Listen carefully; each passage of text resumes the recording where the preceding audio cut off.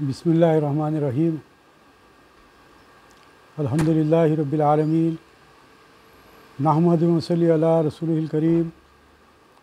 अम्मा बाद क़ालल्लाहु तआला फ़ी शानि हबीबिही इन्नल्लाह व मलाइकतहु युसल्लूना अलन नबी या अय्युहल्लज़ीना आमनू सल्लु अलैहि व सल्लिमू तस्लीमा।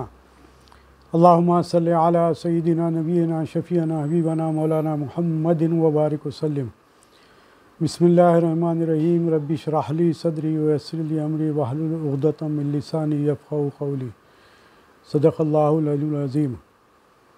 सामिईन इकराम, नाज़रीन इकराम, ख़वातीन व हज़रात, अस्सलामु अलैकुम व रहमतुल्लाहि व बरकातुहू।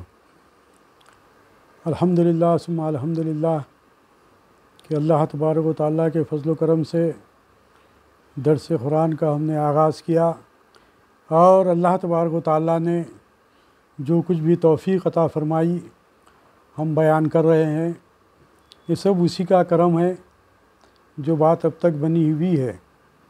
अल्हम्दुलिल्लाह सुम्मा अल्हम्दुलिल्लाह। दर्स कुरान का आगाज़ हमने किया। इब्तिदा में कुरान मजीद की फ़जीलत और कुरान मजीद की इफ़ादियत से मुताल्लिक़ आपके सामने बातें रखी गई। फिर उसके बाद सूरह फ़ातिहा के ताल्लुक़ से जो कुछ अल्लाह तबारक व तआला ने हिदायत बख्शी उसके ऊपर हमने गौर किया। उसमें ये बात वजाहत के साथ सामने आई कि इहदिना सिरातल मुस्तक़ीम, जो हमारे लिए मुनासिब है, जो हमारे लिए ज़रूरी है, हमको अल्लाह तबारक व तआला ने दुआ सिखलाई, इहदिना सिरातल मुस्तक़ीम, ऐ बारी ताला हमें सिरात मुस्तक़ीम पर चला। तो सारा कुरान मजीद सिरात मुस्तक़ीम है। और फिर अल्हम्दुलिल्लाह सूरह फ़ातिहा के बाद सूरह बक़रा का हमने आगाज़ किया और इब्तिदाई 3 आयात में मोमिनीन के ताल्लुक़ से, मुत्तक़ीयों के ताल्लुक़ से उसमें तफ़सीलात सामने रखी गई। और फिर उसके बाद किताबों पर ईमान के ताल्लुक़ से भी बात रखी गई। और फिर उसके बाद की 2 आयतों में काफिरों का ज़िक्र आया और उसके बाद यानी कि 7 आयतों के बाद 8वीं आयत से लेकर 20वीं आयत तक मुनाफ़िकीन का तज़किरा रहा। अल्हम्दुलिल्लाह सुम्मा अल्हम्दुलिल्लाह, जिस कदर भी मुमकिन हो सका, जितना भी अल्लाह तबारक व तआला ने हमें इल्म दिया, हमें समझाया, हमें बतलाया, वो हमने आपके सामने रखा। जो कुछ भी है बस उसी का है, उसी का करम है, उसी की तौफ़ीक़ है जो आप हम बैठकर कुरान मजीद पर गौर व फ़िक्र कर रहे हैं। और इन सभी बातों की जो बुनियादी जो बात है वो है कि हमारे अंदर हकीकी ईमानी कैफियत पैदा हो जाए। असल बुनियाद वो है। हम इतना सब कुछ गौर कर रहे हैं, अल्हम्दुलिल्लाह इस उम्रों को पहुँच गए, लेकिन उसकी वजह जो है असल वो यही है कि हमको जो हकीकी ईमान है उससे हमको आगाही हासिल हो। अल्हम्दुलिल्लाह हम ईमान वाले हैं, इसमें कोई शक नहीं, इसमें कोई शुबा नहीं, बल्कि ये भी उसी का करम है कि उसने हमें ईमान वालों के घर में हमको जो सो पैदा फरमाया। अल्हम्दुलिल्लाह सुम्मा अल्हम्दुलिल्लाह। उसका जिस कदर भी हम शुक्र अदा करें वो कम है, सिर्फ़ इसी बुनियाद पर कि उसने हमें ईमान वालों के घर में पैदा किया। लेकिन ईमान की जो हकीकत है उस तक हमको पहुंचना है। इसीलिए कि सबसे जो बुनियादी जो ईमान का जो तकाज़ा है वो ये कि ईमान बिल्लाह, अल्लाह पर ईमान लाना, और फिर ईमान बिल गैब, ये 2 जो सो बुनियादी नुकात हैं ईमान के। ये 2, इससे हटकर भी जितने भी ईमान के जो नुकात हैं वो अहमियत के हामिल हैं, लेकिन असल जो बुनियाद है जिसको सरकार वसल्लम ने जो पेश किया और जिसकी आगे ही तमाम अम्बिया कराम ने, आदम अलैहिस्सलाम से लेकर आपके और मेरे आका सरवर कौनैन मोहम्मद रसूलुल्लाह सल्लल्लाहु अलैहि वसल्लम तक जितने भी पैगम्बर आए हैं, उनका यही काम रहा, उनका यही फ़रीज़ा रहा कि अल्लाह के बंदों को अल्लाह के दरबार में झुका दिया जाए और उन्हें तौहीद की तालीम दी जाए। जो गैर अल्लाह की इबादत करते हैं उन्हें गैर अल्लाह की इबादत से रोका जाए और एक अल्लाह की इबादत की जाए। ये जो है सो हमारा बुनियादी ईमानी नुक्ते नज़र है और इसी बात पर जो है सो हमको मेहनत करना है कि ये ईमानी कैफियत हमारे अंदर पैदा हो जाए और यही ईमानी कैफियत हम दूसरों के अंदर भी पैदा करने की कोशिश करें। तो यहाँ पर वही बात है जो बतला दिए गए, जो 3 इंसानों के जो ग्रोह इब्तिदा में हमारे सामने आए वो यही कि ईमान वालों के ताल्लुक़ से गुफ्तगू रही सूरह बकरा की इब्तिदाई आयत में। फिर उसके बाद काफिरों का तज़किरा रहा, या तो ईमान वाले रहेंगे या फिर काफिर रहेंगे, दो, या तो यानी कि अल्लाह पर, अल्लाह के रसूलों पर, अल्लाह की किताबों पर, और जितनी भी यानी कि ईमान बिल गैब है, ख़बर की मंजिल है, और फिर क़यामत के दिन उठाए जाने पर, फिर हमारे सवाल जवाब पर, ये तमाम जो ईमानियात में दाखिल है, ये तमाम चीज़ों के ताल्लुक़ से इब्तिदा में जो है गुफ्तगू बहुत सी हमने की है जहाँ तक मुमकिन हो सका। और फिर उसके बाद इन चीज़ों की नफ़ी करने वाले, इन चीज़ों का इनकार करने वालों को काफिर करार दिया, इन चीज़ों का इनकार करने वालों को काफिर करार दिया गया। काफिर करार दिए जाने की वजह से उन लोगों के ताल्लुक़ से भी हमने गौर किया कि उनके ऊपर जो अज़ाबात, उन मुनकरीन को जो अज़ाबात दिए जाएंगे उसके ताल्लुक़ से भी हमने गौर ख़ौस किया। ईमान वालों के ताल्लुक़ से अल्लाह ताला ने इनामात का ऐलान किया, और फिर काफिरों के ताल्लुक़ से भी अल्लाह ताला ने उनके अज़ाब के ताल्लुक़ से भी हमारे सामने बातें रखी गई।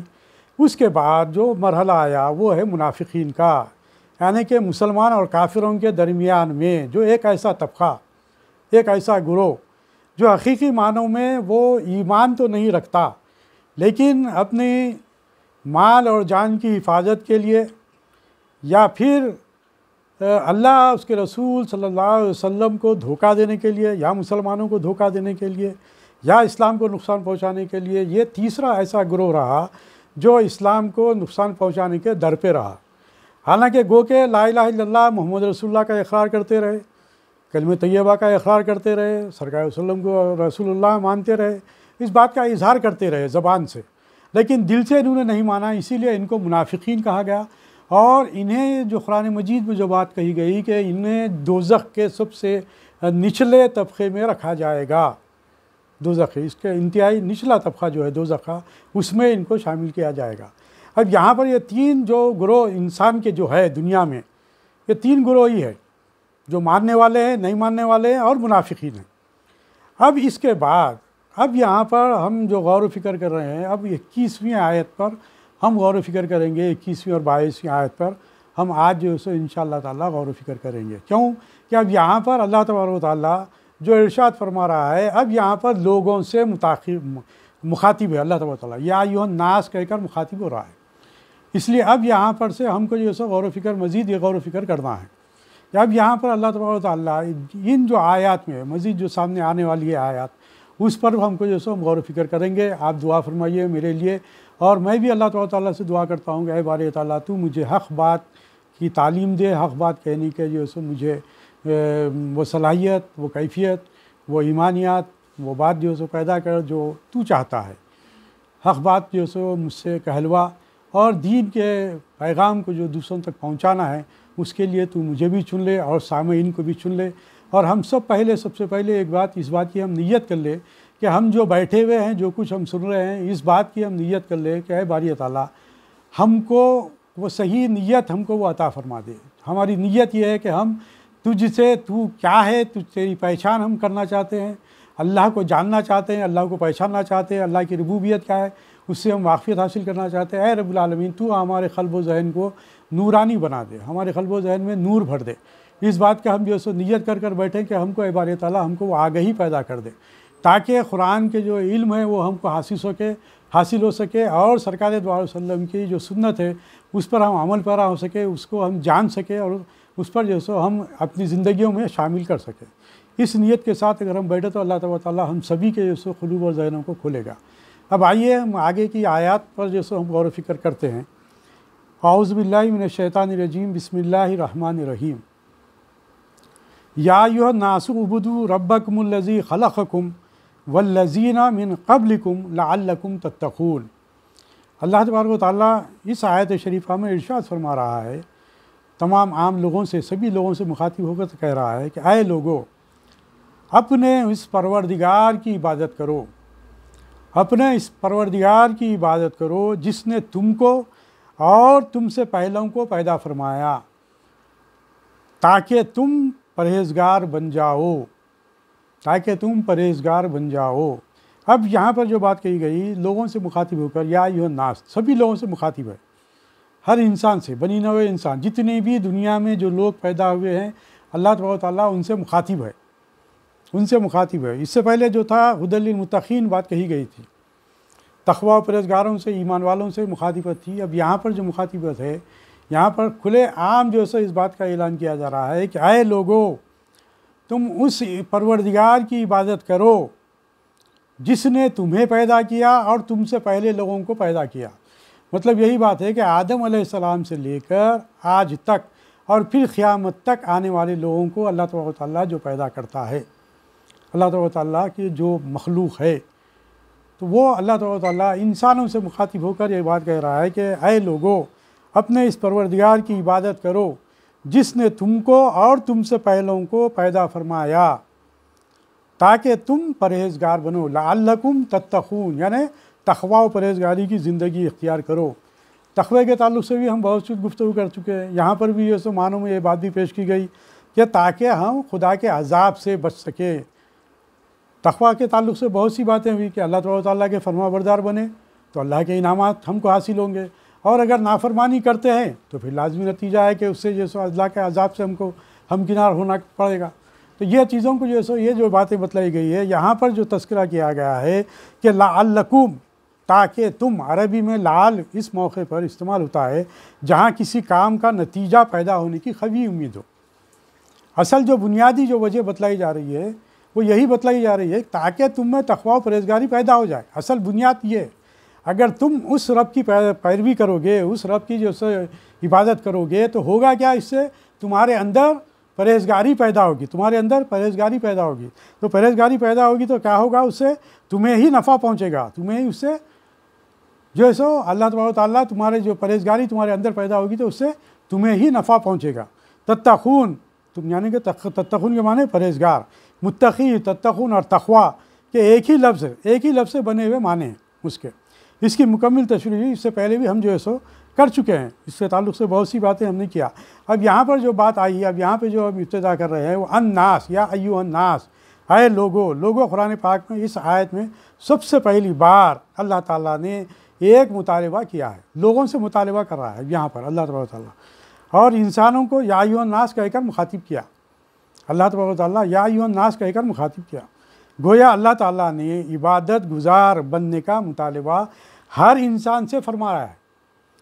जैसा कि हम इससे पहले भी हम इस सिलसिले में गुफ्तगू रही, लेकिन यहाँ पर अब जो इसके जो दर्स में इब्तिदा जो हमारी शुरू हुई है, दर्स का समझिए आप ये कि हमने अल्लाह तबारक व तआला की किब्रियाई पर हमने गौर किया। तो यहाँ पर अब अल्लाह तबारक व तआला तमाम बंदों से मुखातिब है। जैसा मैंने इससे पहले भी आपके सामने बात रखी कि अल्लाह तबारक व तआला तमाम बंदों से मुखातिब है। अब ये कुरान मजीद क्या है, हिदायत है। हिदायत क्या है, हुदल लिन्नास, तमाम लोगों के लिए हिदायत है, तमाम लोगों के लिए हिदायत है। तो अब उसने ये कह रहा है कि अब यहाँ पर जो इबादत करने की जो बात कही गई है, उबुदू, इबादत करो, ये लफ्ज़ इबादत से बना है जिसके असल अब्द है।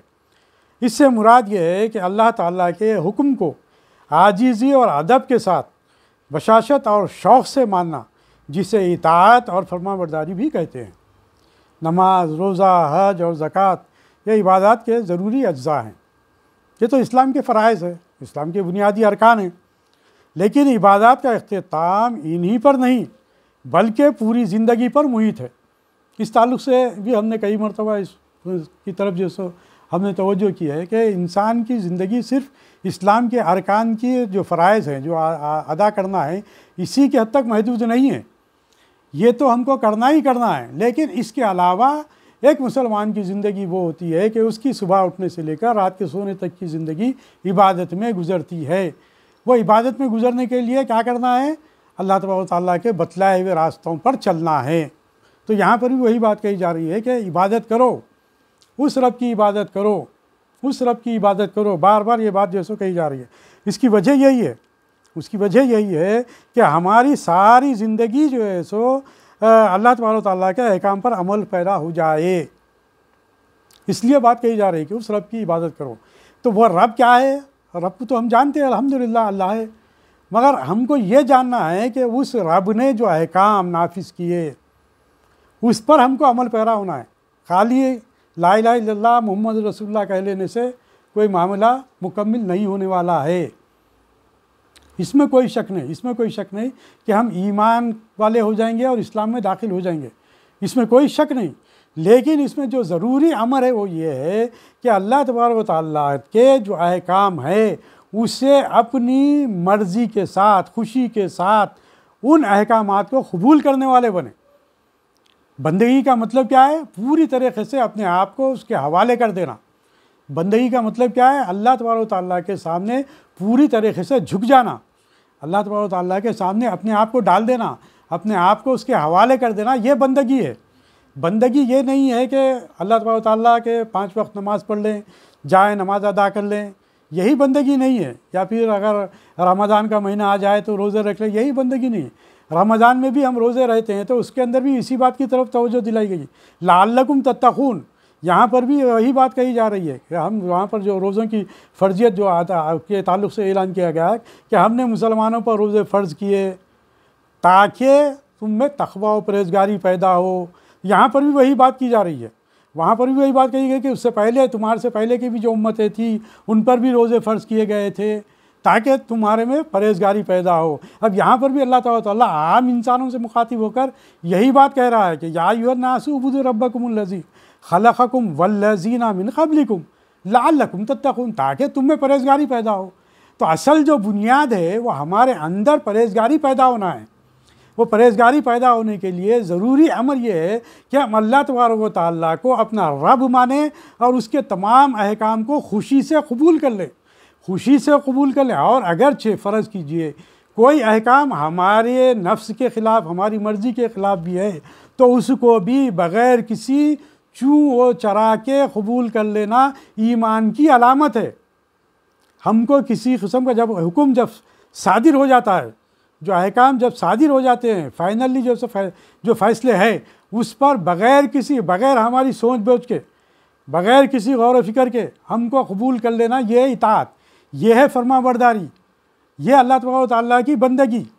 इसके अंदर अरे नहीं भाई ये तो बड़ा भार है, ये बड़ा मुश्किल है, अरे इसकी वजह से हमारी नफसानी ख्वाहिशात पूरी नहीं हो रही, अरे इसकी वजह से ये तकालीफ़ का सामना करना पड़ रहा है, इसकी तरफ से हमको जो है सो अक्ल हलाल कमाने के लिए मेहनत करना पड़ा, हराम में हमको आसानी के साथ मालो दौलत हासिल हो जाती है, लिहाजा हमको वो करना चाहिए। नहीं, कुछ नहीं, हमारी अपनी मर्ज़ी कुछ भी नहीं रहेगी।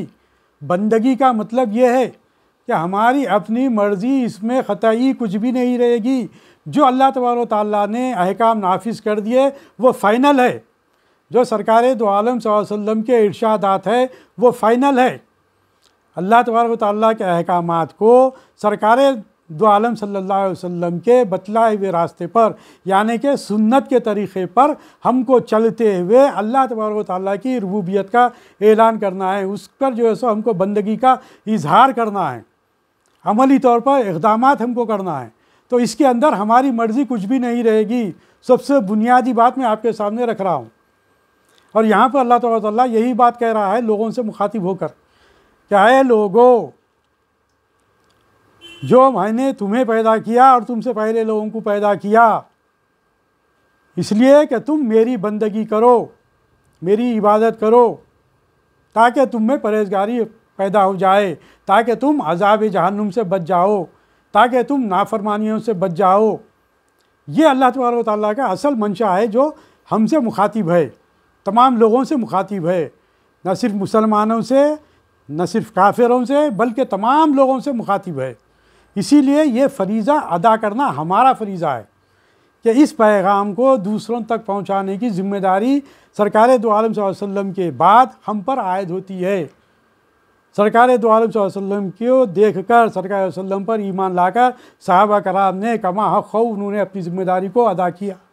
उसके बाद ये ज़िम्मेदारी, ये बंदगी की जो ज़िम्मेदारी है, ये बंदगी की जो ज़िम्मेदारी है, ये बंदगी में तमाम चीज़ें आ गई, तमाम चीज़ें आ गई। इस बात को मैं बार बार दोहरा रहा हूँ कि हम खाली जो सो अपनी जो मुख्तसर जो महदूद हम जो ज़िंदगी गुजारते आ रहे हैं, ये बंदगी नहीं है। बंदगी अपने आप को पूरी तरीके से उसके हवाले कर देने का नाम बंदगी है। अल्लाह तबारक व तआला की इबादत का नाम पूरी तरीके से उसके हवाले हो जाने का नाम बंदगी है। इसी तरीके से अब अल्लाह तबारक व तआला इसको बताने के लिए कि हम अल्लाह की बंदगी करते हैं, इसको तक़वियत पहुँचाने के लिए अल्लाह तबारक व तआला अगली आयत में जो बात बतला रहा है कि हम जो तुमको पैदा किए तो तुम्हारे साथ पूरी तरीके से हमने तुमको वो तमाम चीज़ें भी अता की, आगे की आयत में अल्लाह ताला इरशाद फरमा रहा है कि अल्लज़ी जअल लकुमुल अर्ज़ा फ़िराशम वस्समाअ बिनाअ व अंज़ला मिनस समाई माअन फ़अख़रजा बिही मिनस समराति रिज़क़न लकुम फ़ला तजअलू लिल्लाहि अंदादम व अंतुम तालमून। अब आप इस आयत को गौर फरमाइए।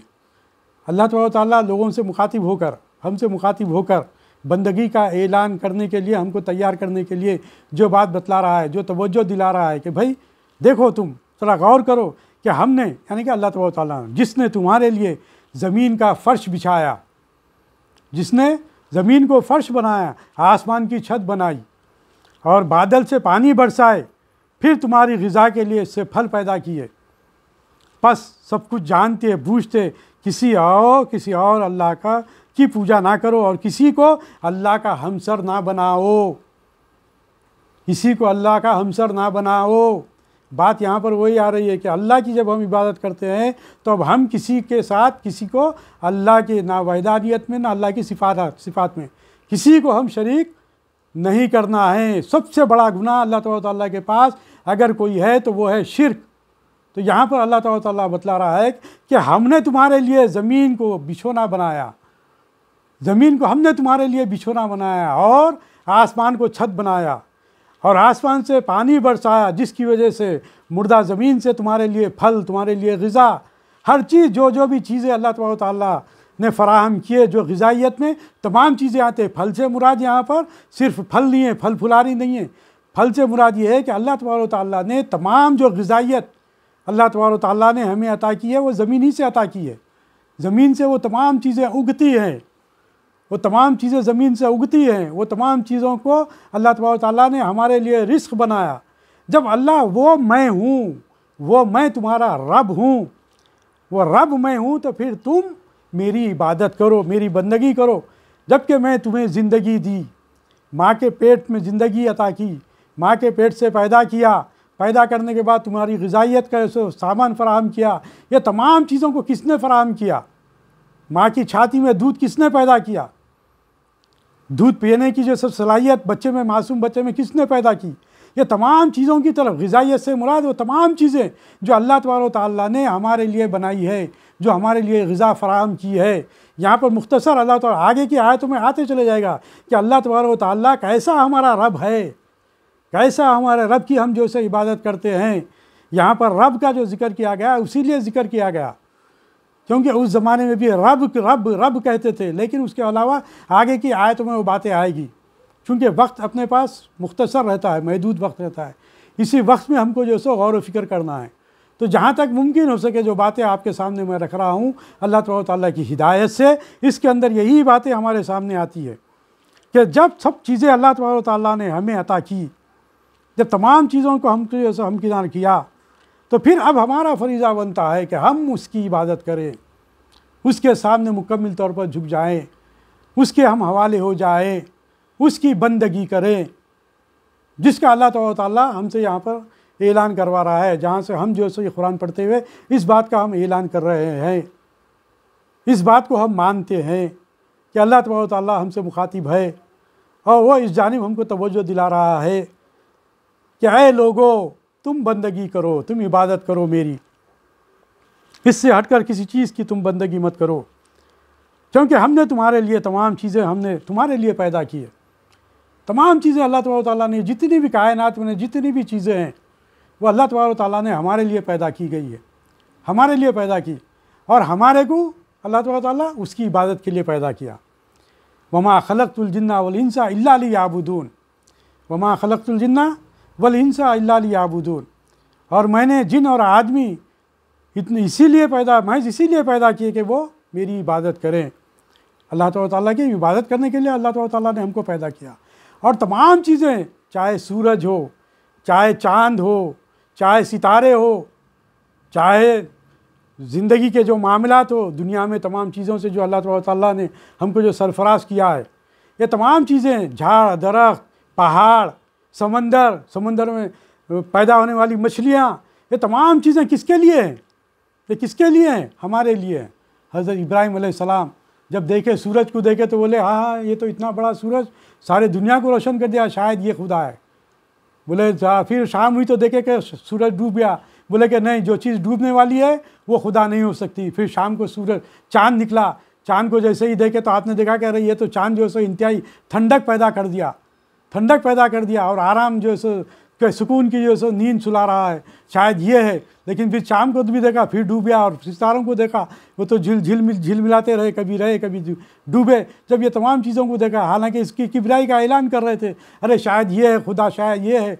फिर जैसे देखे कि चाँद भी डूब गया, फिर सूरज निकला। तो इससे ये बात हज़रत इब्राहीम अलैहिस्सलाम ने भी इस बात को माना कि जो चीज़ डूब जाती है, जो चीज़ ख़त्म होती है, उसकी अंदर जो है सो खुदाइयत नहीं हो सकती, उसके अंदर खुद से कुदरत नहीं हो सकती, उसको चलाने वाली एक कुदरत है।